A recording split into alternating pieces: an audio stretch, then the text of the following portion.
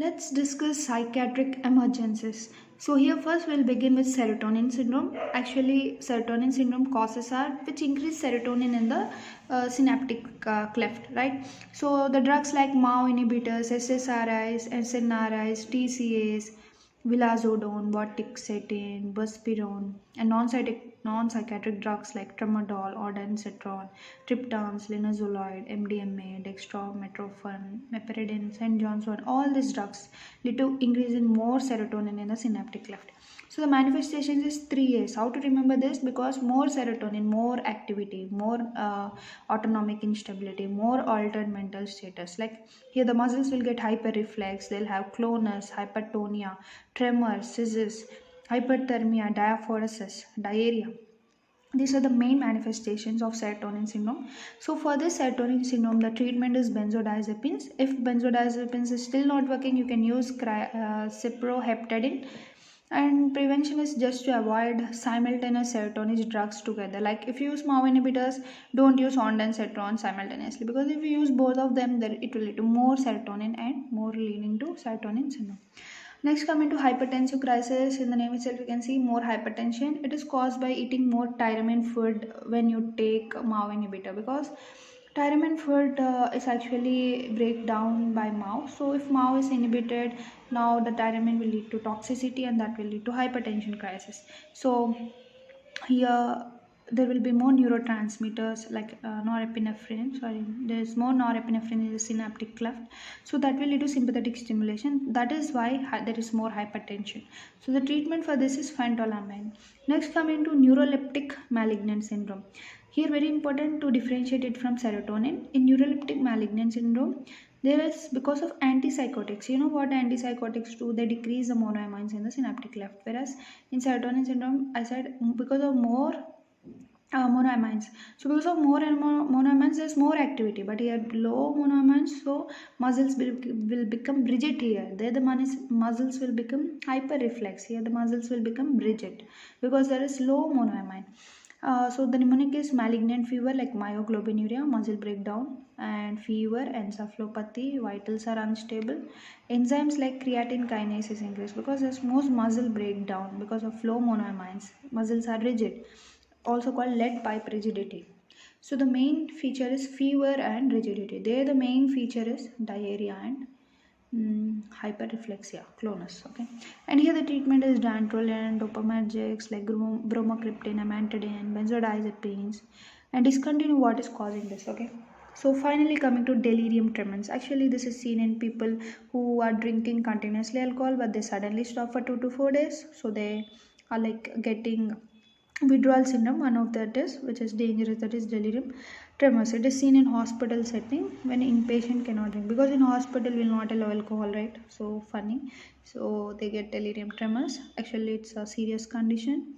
So here the manifestation will be altered mental status, hallucination, autonomic hyperactivity, anxiety, seizures, tremors. That's why named tremens. Okay, psychomotor agitation, insomnia, nausea, all this. So the treatment is long-acting benzodiazepine to cool them down.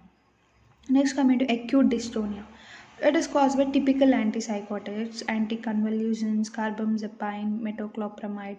So this is also because of antipsychotics. That is because of decrease in monoamines in the synaptic cleft. So there is sudden onset of muscle spasm, stiffness. That's why, very simple. Whenever there are low monoamines, that will lead to rigidity or stiffness. So in acute dystonia also there is stiffness of muscles, and there is oculogyric crisis occurring hours to days after medication. So this is leading to laryngospasm requiring intubation. These are very important. There is stiffness and also spasm of oculogyric crisis after medication and leading to laryngospasm requiring intubation. Intubation means here, because of laryngospasm there is no airway functioning normal, it is abnormal. So because of that we need intubation.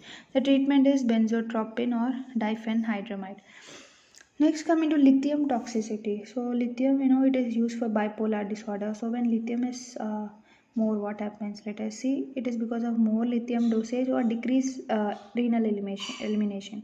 So that's why we should not use lithium with hydrothiazides, because they decrease the excretion of lithium, so that lithium will accumulate in the body, leading to lithium toxication. And also medications which are affecting clearance like ACE inhibitor, thiazide diuretics, NSAIDs, and lithium has narrow therapeutic window. So coming to the manifestation, nausea, vomiting, slurred speech, hyperreflexia, seizures, ataxia, nephrogenic diabetes insipidus because of more lithium.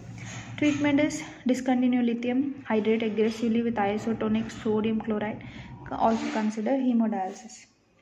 Finally, coming to tricyclic antidepressant toxicity, that is TCA overdose. Actually, TCA is also an antidepressant. So, when TCA is more, what happens? There will be respiratory depression, hyperpyrexia, that is heavy fever, prolonged QT interval. Tricyclics have convulsions, coma, cardiotoxicity. Erythema mainly due to sodium channel inhibitor. As sodium channel is inhibited, there is erythema. Treatment is supportive treatment, monitor ECG, sodium bicarbonate, prevents erythema, and also activated charcoal can be used as an antidote. So these are like not explainable topic, we need to remember it, but there are some tricks like for serotonin syndrome, as there is more monoamine, more hyperactivity. In hypertensive crisis, you eat something with this cheese, tyramine, with MAO inhibitors. This will lead to increase in norepinephrine and sympathetic activation. In neuroleptic malignant syndrome, the problem is low monoamines. When there are low monoamines, the muscles will get rigid and stiff. So like that you can remember. Next, in delirium tremens, it's a withdrawal syndrome after alcohol. So because of that, there are symptoms of hallucinations, anxiety, seizures. Acute dystonia is because of again antipsychotics, anticonvulsions. So there are muscle spasm, and important is laryngospasm. Lithium toxicity because of more lithium, that too with less clearance, so that more toxicity leading to nausea, vomiting, seizures, ataxia. Important is nephrogenic diabetes insipidus. And tricyclic antidepressant toxicity is like main thing is respiratory depression, cardiac problems, and convulsions, coma. Topic of psychiatry, psychoactive drug, intoxication and withdrawal. First topic is depressants. So in the depressants you have alcohol, barbiturates, benzodiazepines, opioids, and inhalants. So these are the drugs. If you take more, what happens? That is called intoxication. And if this kind of drugs, if you like not taking them, what happens is a withdrawal. So first with alcohol, actually the main thing of alcohol is it increases GABA. It increases GABA. You know, GABA is inhibitory. It increases GABA. It decreases glutamate. So what is that? According to name, you can remember it, depressant. So alcohol will increase GABA, which is a negative one, right? Glutamate is decrease. So here, when a person is withdrawing it, like he is drinking alcohol continuously, and now suddenly if we drop, now what happens is the GABA drops and glutamate increases more. So that is the reason why as the glutamate increase more, they become anxious, they may get tremors, insomnia, seizures. All this is because of this action. So the alcohol usually the people abuse is ethyl alcohol, which is also called ethanol.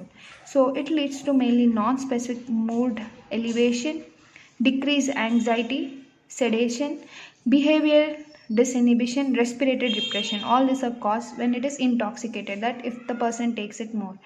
And if the person withdraws it, it will lead to anxiety, tremor, seizures, insomnia.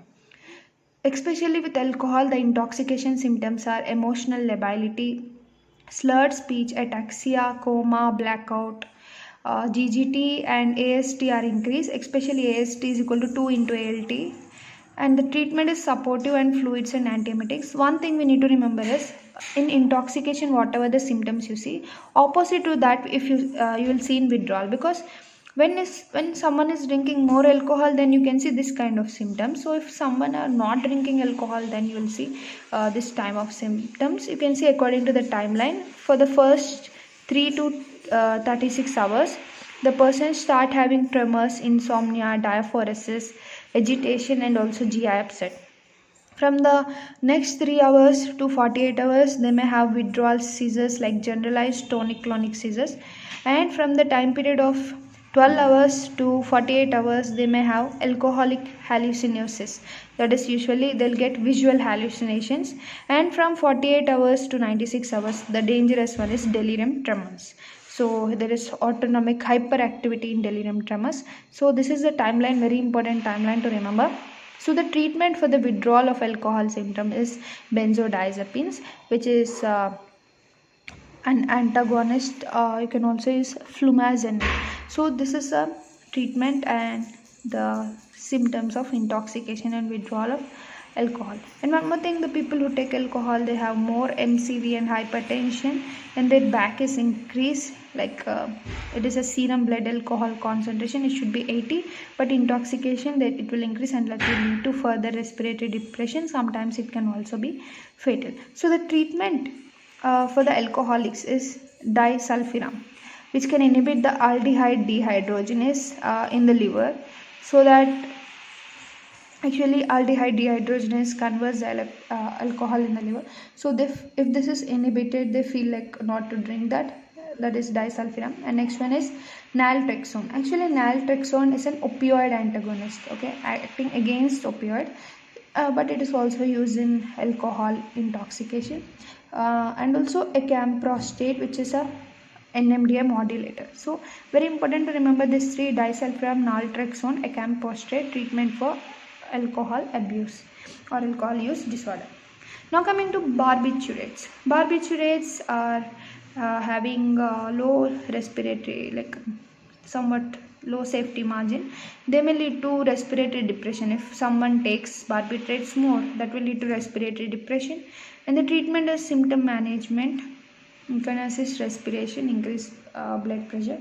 So withdrawal, if someone who is habituated to barbitol and now they are stopping, that will lead to delirium, life-threatening cardiovascular collapse. You know the delirium, right? Already discussed. That is waxing and waning of symptoms, and you also have life-threatening cardiovascular collapse. Next, coming to benzodiazepines, it is having safety margin when compared with barbiturates. So if someone takes benzodiazepines a lot, that will lead to ataxia, same like alcohol, minor respiratory depression. So remember, in alcohol we saw respiratory depression. No, in alcohol we didn't saw, right? In barbiturates, benzodiazepines, we saw respiratory depression, and the treatment is flumazenil. That is a benzodiazepine receptor antagonist, but rarely used as it can precipitate seizures. Okay, and next, withdrawal. If someone stops using benzodiazepines, they may get seizures and sleep disturbances and also depression. So very important. There, if you stop using barbiturates, you get delirium. If you stop using benzodiazepines, you get seizures, sleep disturbances and depression. Very important. Remember this flumazenil, which is benzodiazepine antagonist, which is against benzodiazepine. So whenever there is intoxication, we use this drug so that we can decrease the effect of intoxication. And also rarely use as it can precipitate seizures because it's benzodiazepine antagonist. It's like acting withdrawal, like a withdrawal symptom, so it may lead to seizures also. Next, coming to opioids. Opioids are having many receptors like mu receptor, delta, kappa receptors. The important receptor for opioid is mu receptor, which is very important. And you can see here, it will lead to pupillary constriction. This is a very important point. The pupil will get constricted with opioids, pinpoint pupils, decreased GI motility, respiratory, CNS, depression, euphoria, decreased gag reflex, seizures. Most common cause of drug overdose. So the most common cause of drug overdose death is because of opioids. And the treatment for the overdose is naloxone. Very important. Oxone. How to remember this? Opioids, naloxone, oxone, like that. So already I said the withdrawal symptoms are opposite for intoxication syndrome. So the withdrawal symptoms are like dilated pupil because there is constricted when it is intoxicated. There is diarrhea here because there is decreased GI motility. Here there is increased motility, so diarrhea. Flu-like symptoms, rhinorrhea, yawning. So how to remember yawning? Like opioids, yawning, like that. Next, coming to nausea. Next, coming to stomach cramps, sweating, piloerection, that is cold turkey, lacrimation. So how to remember opioid symptoms are like everything is leaking, like in diarrhea, fluid is leaking, and in nausea, vomiting is leaking, and in sweating and lacrimation, so all water are leaking. That is example. And pupils get dilated and withdrawn and yawning. So the treatment is symptom management and methadone. Methadone very important treatment for opioid withdrawal. Buprenorphine also very important, which is a partial agonist, and this is also a very important point. Buprenorphine is partial agonist of uh, opioids. Next, coming to the last one, that is inhalants. Inhalants are disinhibition. If they are intoxicated, disinhibition, euphoria, slurred speech, disturbed gait. Like alcohol, here you have slurred speech, disturbed gait, disorientation, drowsiness. Effects often have rapid onset and resolution. This is a key point. If someone presents a clinical vignette where they say they have rapid onset and resolution of symptoms, that is inhalants. And there is also perinasal perioral rash, because inhalants are used through nasal and oral, so perinasal and perioral rashes are commonly present if they use inhalants. And the withdrawal symptoms are irritability, dysphoria, sleep disturbances, headache, opposite to intoxication symptoms: irritability, dysphoria, sleep disturbances, headache. Now let us discuss about stimulants. So stimulants are, here you have amphetamines, caffeine, cocaine, nicotine. So all these are stimulants. The major symptoms of stimulants when we intoxicate them is they lead to decreased appetite. For example, if some people drink more coffee, that will lead to decrease in appetite. And they also have psychomotor agitation. They also lack of sleep because of more coffee, and cardiac arrhythmia. So I remember all stimulants by taking coffee as example, because it's a common life example. Decreased appetite, psychomotor agitation, insomnia, cardiac arrhythmias, tachycardia, anxiety. If we withdraw coffee, what happens? Post-use crash, including depression, lethargy, increased appetite, sleep disturbance, vivid nightmares. So opposite to intoxication. So first let us see amphetamines.